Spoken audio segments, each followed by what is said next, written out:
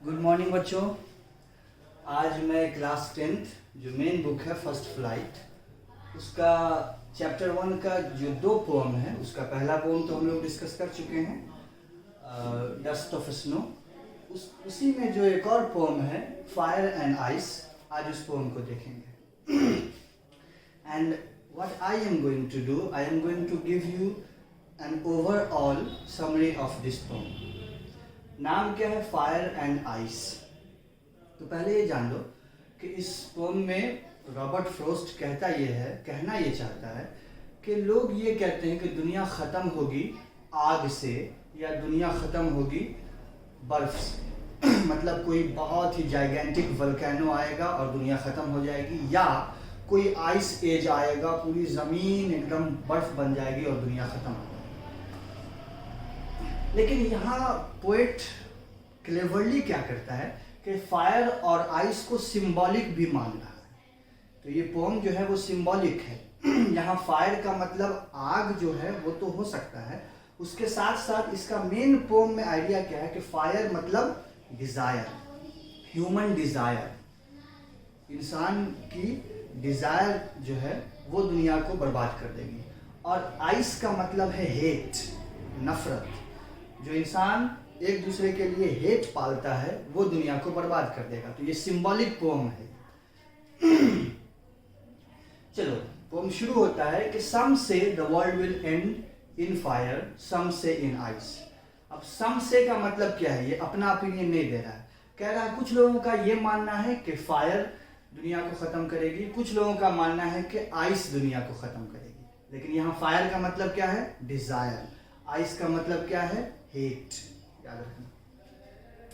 From what I have tested of desire, Robert Frost कह रहा है कि मुझे जो जिंदगी में डिजायर से जो पाला पड़ा है और जो मजा मैंने चखा है डिजायर का, तो मुझे लगता है कि मैं उसी को सपोर्ट करूंगा जो कहता है कि फायर ही से दुनिया खत्म हो जाए। लेकिन but if it had to perish twice, लेकिन अगर इमेजिन करो दुनिया को 2 मरतबा ख़त्म होना है, तो ऐसा नहीं है कि आइस कम जोरदार है, नहीं। फायर से तो पहली मरतबा दुनिया ख़त्म हो जाएगी, लेकिन पोएट ट्वाइस क्यों ला रहा है? वो कहना ये चाहता है कि फायर से कम नहीं है आइस। डिज़ायर जो है तबाही करता है, डिज़ायर ही से तो दुनिया तबाह हो रही है। करप्शन है, पोल्यूशन है, ग्लोबल वार्मिंग, कंपटीशन है, एक दूसरे पर चढ़ाई करना है, ये सब तो डिज़ायर ही है। लेकिन पोएट ये भी कहना चाहता है साथ साथ कि आइस को कम ना समझो। अगर दुनिया को 2 मरतबा ख़त्म करना हो तो दूसरी मरतबा आइस ही आएगा। I think I know enough of hate to say that for destruction ice I is also great. कि अगर बर्फ की बात करो, मतलब हेट की बात करो, तो हेट भी दुनिया को बर्बाद कर सकती है और वो भी काफ़ी पावरफुल है, डिस्ट्रक्टिव है। तो ये है पोम फायर एंड आइस। ये ओवरऑल समरी है, इसमें कोई डिफिकल्ट वर्ड्स तो आए नहीं हैं। याद रखो, सम से का मतलब यहाँ पे है लोगों का ओपिनियन है, और अपना ओपिनियन जब दे रहा है पोएट तो आई कहता है, I hold with those who favour fire. मैं उनके साथ हूँ जो फायर को सपोर्ट करते हैं। और to say that for destruction ice is also great and would suffice, I think I know कि hate भी कम नहीं है।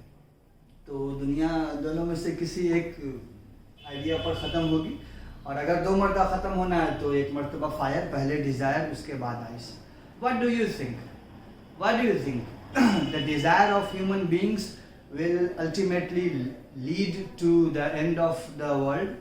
Or do you think that the hate that we have against each other will become reason for the destruction of the earth?